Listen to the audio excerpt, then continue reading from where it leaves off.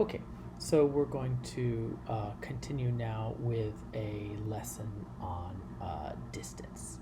So distance is a very natural notion in graphs. I mean, I think we've possibly already run into this, or you just say it when you start thinking about things. It's very straightforward. Let's get the definition on the page here. If I give you two vertices, u and v, vertices of graph G, the distance from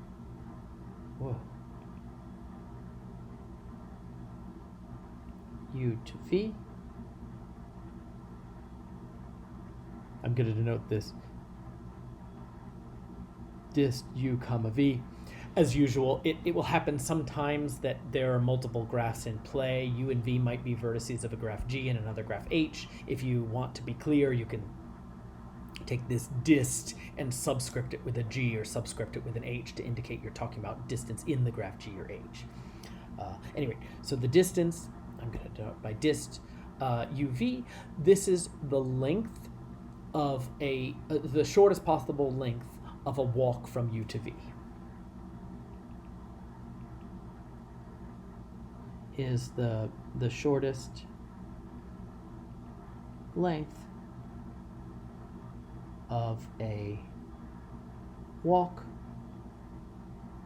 from u to v in G. Right? Let's do an example. So I need to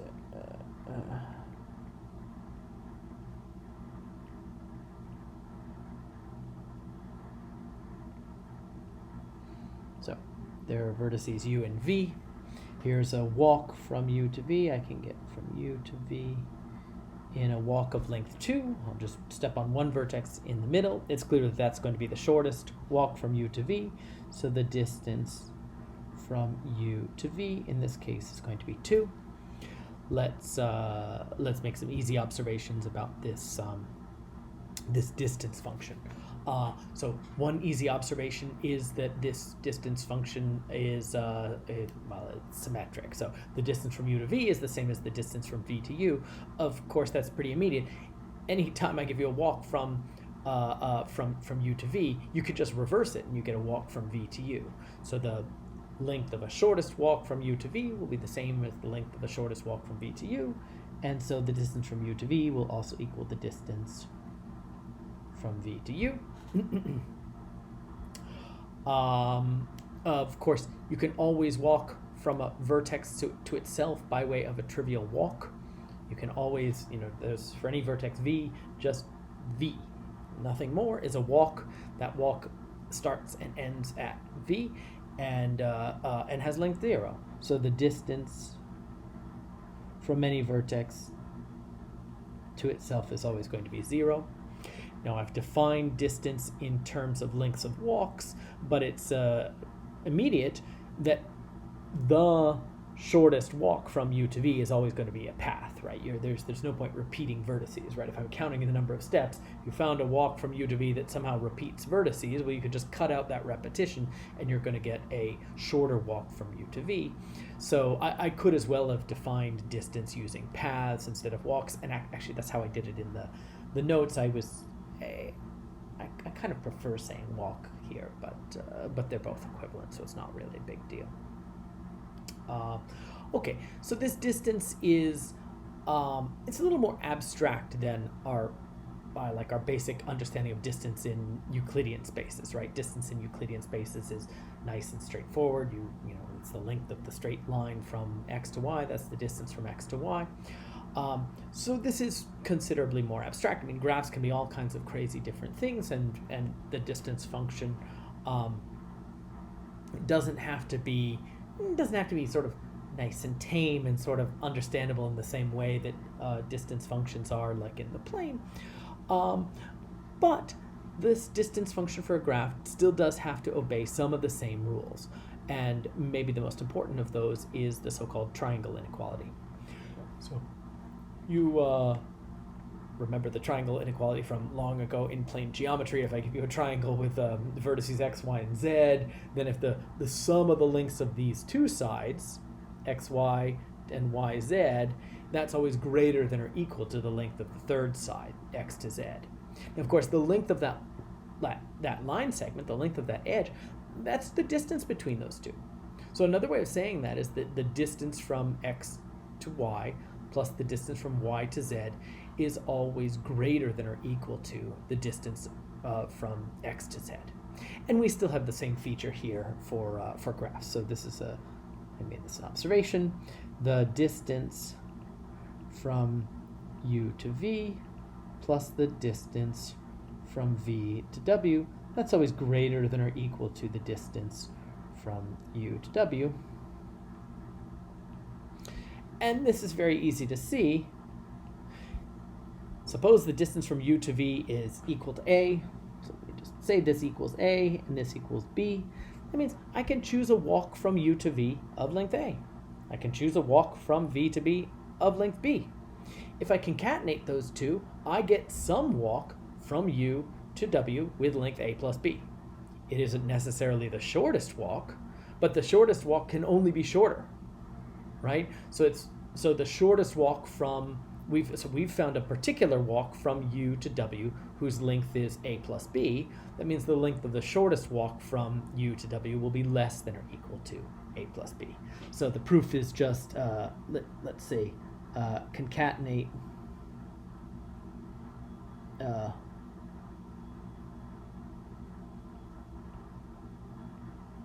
so assuming distance uv is a, I'll concatenate a walk of length a from u to v with length b walk from v to w to get a walk from u to w with length a plus b, right? And again, I found a particular walk from u to w with length a plus b, which is equal to the sum of the distances from u to v and the distance from v to w. Now, if now that might be the shortest walk there is, or there might be shorter, but what's certain is that the distance from u to w, that's the length of the shortest walk, shortest length of a walk from u to w, that's going to be less than or equal to a plus b. And so that's completing the proof. So this is called the triangle inequality again. And again, so our distance function, it's a little bit more abstract. It's, it doesn't really obey quite the same rules anymore, but it does obey some of the same principles. So it does have this, it's symmetric. Distance from u to v equals distance v to u. The distance of a point to itself is 0. And if you take 3 points, you have this kind of triangle inequality. Okay, so it's reasonable as a notion of distance, albeit a little bit more abstract from what we're used to. Okay, now I'm going to introduce another new concept, and this is just another natural way to kind of describe a graph. I'm going to keep things simple here by literally keeping things simple by asking that the graph be simple. And this is just to be simple. So I'm going to let G be a simple graph with vertex set, and I'm going to order the vertices.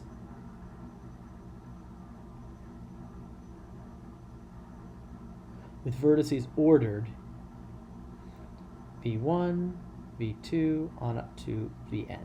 So there are going to be n vertices, and I've just put them in order somehow, v1 on up to vn.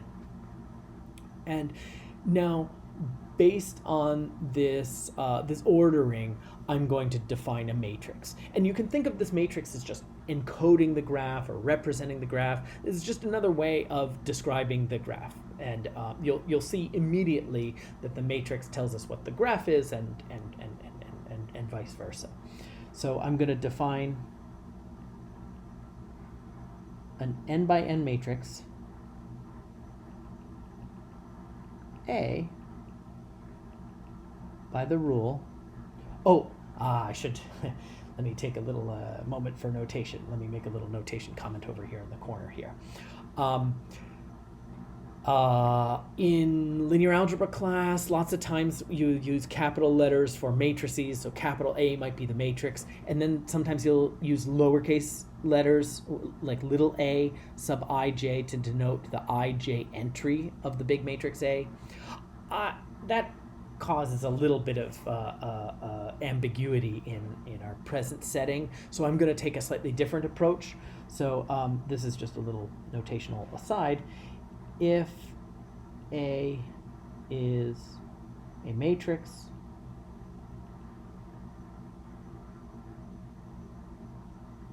we use, I'm going to put A in round parentheses and subscript it with I comma j. I'm going to use that to denote the ij entry of the matrix A.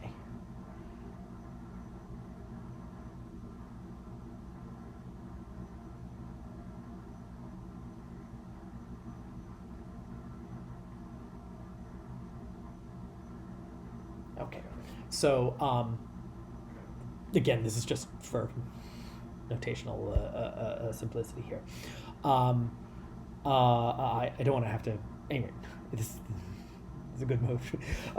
So I want to describe this matrix now, and here's the rule. So again, our vertices, we've got n of them. I'm describing an n by n matrix, and as you might guess, the rows and the columns of this matrix are corresponding to the vertices. So I've got, the ith row is going to correspond to vertex vi, the jth column is going to correspond to vertex v sub j, and that ij entry is going to be telling me whether vi and vj are adjacent or whether they're not. Again, I'm in the land of simple graphs, so there's not much to know. For a pair of vertices, either there's one edge between them or there's not, and that's all there is. So here's our rule. So if I take, so I'm going to use my notation now. So but if you take the I comma j entry of my matrix A, this is going to be a 1 if vi is adjacent to vj, and a 0 otherwise. All right, so it's 1 when vi and vj are adjacent and 0 if they're not.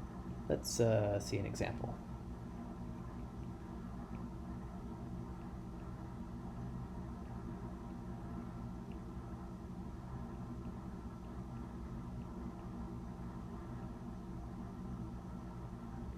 There's my graph with 5 vertices ordered as you can see. The adjacency matrix of this graph is going to be a 5 by 5 matrix.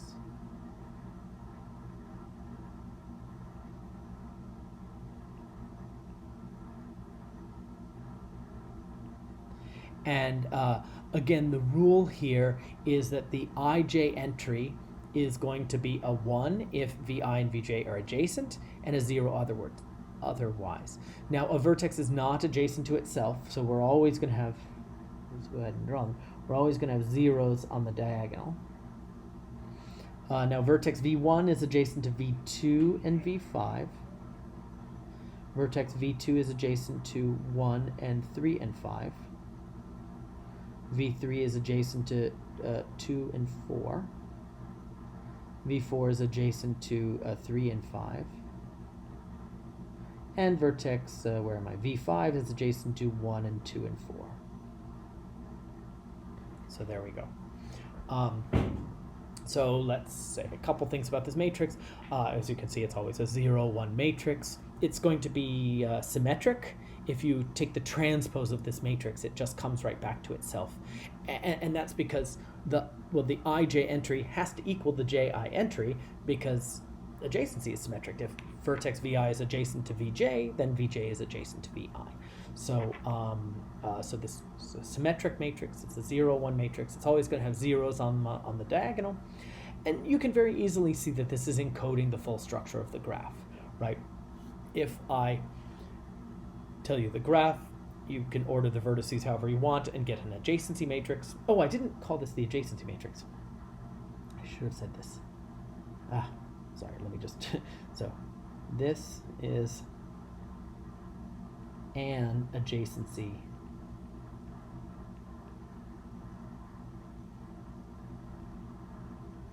matrix for G. Right, so my graph G, you can get different adjacency matrices if you order the vertices differently, but that's not going to be a significant distinction for us. Again, the thing to really recognize here is that we've got the full structure of the graph, right? If I have the graph, obviously you can just order the vertices and define an adjacency matrix. If I tell you the adjacency matrix, if you see an n by n adjacency matrix, well, you're going to have n vertices. You write them down, v1 up to vn, and the matrix will just tell you which pairs of them are supposed to have edges between them, right? Which pairs are adjacent and which are not, and that tells you what graph to draw. Again, I'll remind you that we're in the land of simple graphs, so there are no loops or parallel edges or anything. So the only thing to know between a pair of vertices is if there's an edge with those as ends or not. Okay, so we can recognize very easily that this is a sensible object. It's a matrix, and it encodes the structure of our graph. But I mean, it's not that exciting to encode the structure of the graph. I mean, there are a lot of different ways to describe a graph. What's going to be good about this is if some, matrix type operations are useful for telling us useful information about the graph. And in fact, that turns out to be the case. So that's the content of our main theorem from this from this lesson. So here's the theorem. So A is an adjacency matrix for G with vertices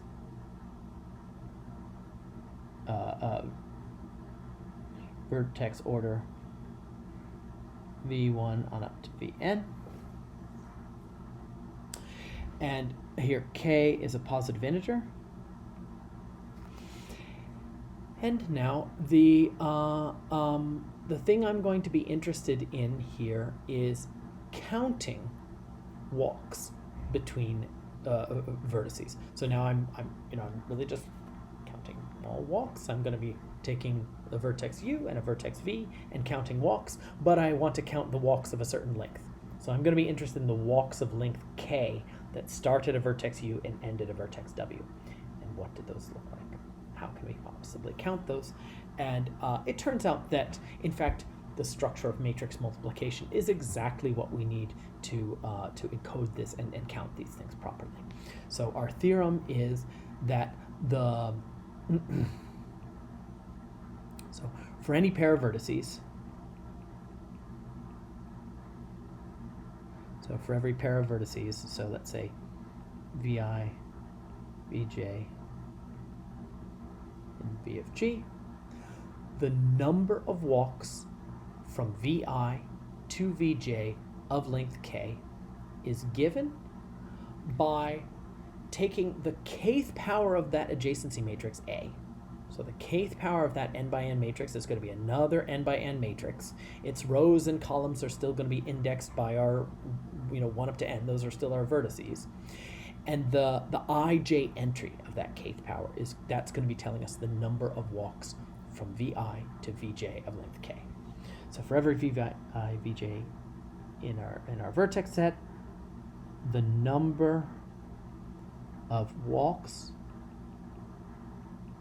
of length k from vi to vj, this is going to equals well, you're going to take the kth power of that adjacency matrix and look at its I, j entry. So there we are. So that's nice, right? So as I said, in some sense, it's cheap to find some way of describing a graph. There are a lot of different ways you could tabulate this information. But this adjacency matrix is certainly a sensible one, and what we're seeing is that the adjacency matrix has the very nice feature that it's actually that matrix multiplication, just taking powers of that adjacency matrix, will correspond to counting walks in our graph, and that's a powerful feature. So this is what we hope to do if we encode our graph using a matrix, a kind of something that's inherently linear algebra. We'd like to use some linear algebra stuff to then reflect back and say something about our graph. Okay, so our proof here is going to be induction on k. I said k is at least 1, so our base case is k equals 1. So when k equals 1, we just have the adjacency matrix, and actually this is immediate, right? So if you want to take a walk from the vertex u to the vertex v, and you want that walk to be length 1, remember I'm a simple graph, there are no loops here. So if u and v are adjacent, then there's one walk of length 1 from u to v, right? You start at u, you go along that edge, you come to v, there it is. If u and v are not adjacent, then there are no walks from u to v of length 1. That's all there is. But that's nice. That is the adjacency matrix. So for k equals 1, this is just the definition of the adjacency matrix. So I'll just say this follows from the definition of the adjacency matrix. Good. So now for the inductive step. So for our inductive step, what's going on? Well, I'm trying to prove that these entries of these powers of A are going to be telling us counting walks for us, but it's going to be handy to have those counts of walks around as a defined on their own. So in other words, I just need a definition here to compare my adjacency entries with. So I'm going to define w sub u comma v to the k to equal the number of walks of length. Oh, maybe I don't. Sorry. Let me just use a different letter than k. Let's say t. So this is the number of walks of length t from u to v.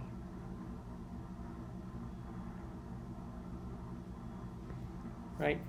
So again, so our graph, whatever it is, I can ask this question. For any pair of vertices, there are going to be a certain number of walks of length t from one to the other.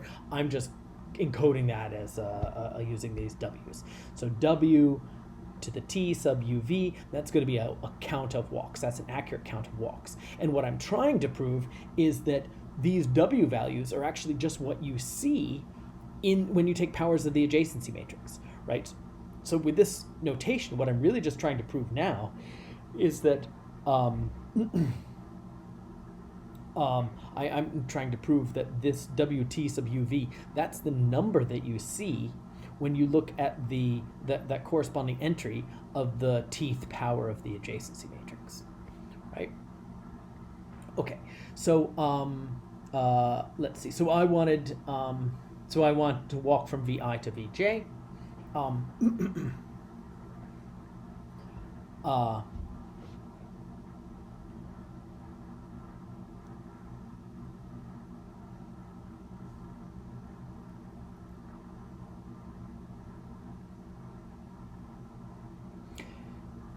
Yeah, okay, so let's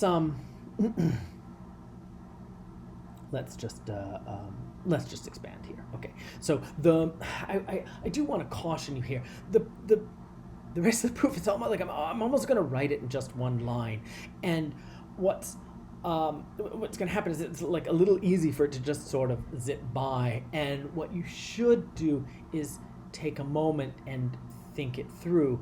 What's happening here is that matrix multiplication is just doing the right thing for us. Just the nature of matrix multiplication aligns with this properly. So I'm just going to write out some sort of like chain of equalities, and then we're just going to be done. But to verify that is really worthwhile. So I want to kind of encourage you to take a moment after you see this and just pause the video and think about how matrix multiplication works, so that you kind of verify this. But anyway, the proof is pretty easy. So I want to count. So to prove here is that the number of walks from, say, vi to vj of length k. So for the inductive step, k is at least 2. And of course, I know this property holds true for all smaller values. Well, the thing I want to prove is the number of walks from vi to vj of length k. This is equal to the ij entry of the matrix A sub k. And what we know is that this formula holds for all possible i's and j's when you replace k with a smaller positive integer, right? Okay, so now here's what we know. Let's think about walks from vi to vj of length k. Now, if you're going to walk from vi to vj in length k, then you're going to walk from vi to somewhere else in k minus 1 steps, and then you're going to take one step to walk from there to vj, right? So I'm going to use that to break up my count. So if I want to walk from, again, if I want to walk from vi to vj in length k, I can think of that as a walk from vi to somewhere else in k minus 1 steps, plus one step from there to vj, right? And that's what I'm going to do. So the number of walks of length k from vi to vj, this is equal to a sum over all possible vertices. So this is a sum over all possible vertices h of the number of walks from vi to vh of length k minus 1 times the number of walks from vh to vj of length 1. Right. Again, all I'm doing is I'm just breaking up my walks. A walk from v1 to vj of length k. You can just ask where you were at the step right before j. You had to be at some vertex. That could be some vertex v sub h, and it could be any vertex in the graph v sub h. I'm just going to consider all the possibilities. But if I can consider all those possible vertices h that you get to, well, if I take all the different ways of walking from vi to vh in k minus 1 steps, and all the ways of walking from vh to vj in one step, well, I multiply those things, I'm going to get and I sum over all possible vertices vh, I'm getting exactly the total number of walks from vi to vj. And now we're poised for induction. So now you're seeing I'm counting walks of length k minus 1, and you know what those things are, right? This is a sum of 1 to n. Again, the number of walks from vi to vh of length k minus 1, that's given by the ih entry of the k minus 1st power of a.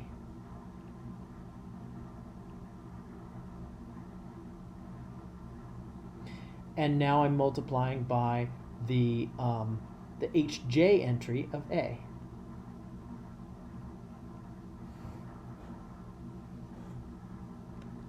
Right? So what I'm doing again,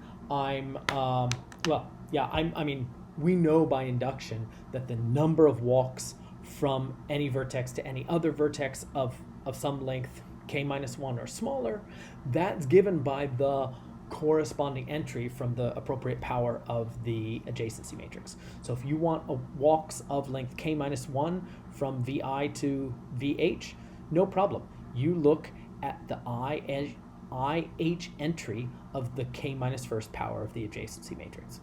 It'll tell you. That's what our inductive hypothesis is giving us.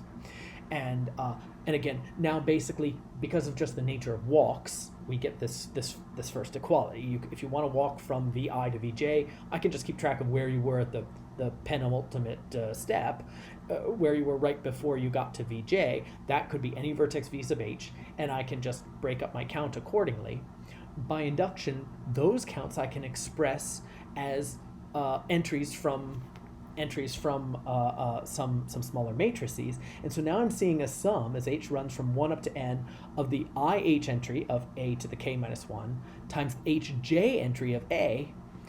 And matrix multiplication, the way it works, is that is just giving you exactly the ij entry of the product of a k minus 1 and a, which is a to the k. So this is exactly equal to the I comma j entry of a to the k. And again, this is where you want to pause and just think about how matrix multiplication works. But I've got two n by n matrices. If you're asking about the ij entry of their product, well, you're going to take the ith row times the jth column here. And sorry, doing this backward is very confusing me. But you're going to take the ith row times the jth column. But what you end up doing is you end up summing over all possible h's of this entry times that entry, this entry times that entry, and so on. And so that's exactly the expression that's written here.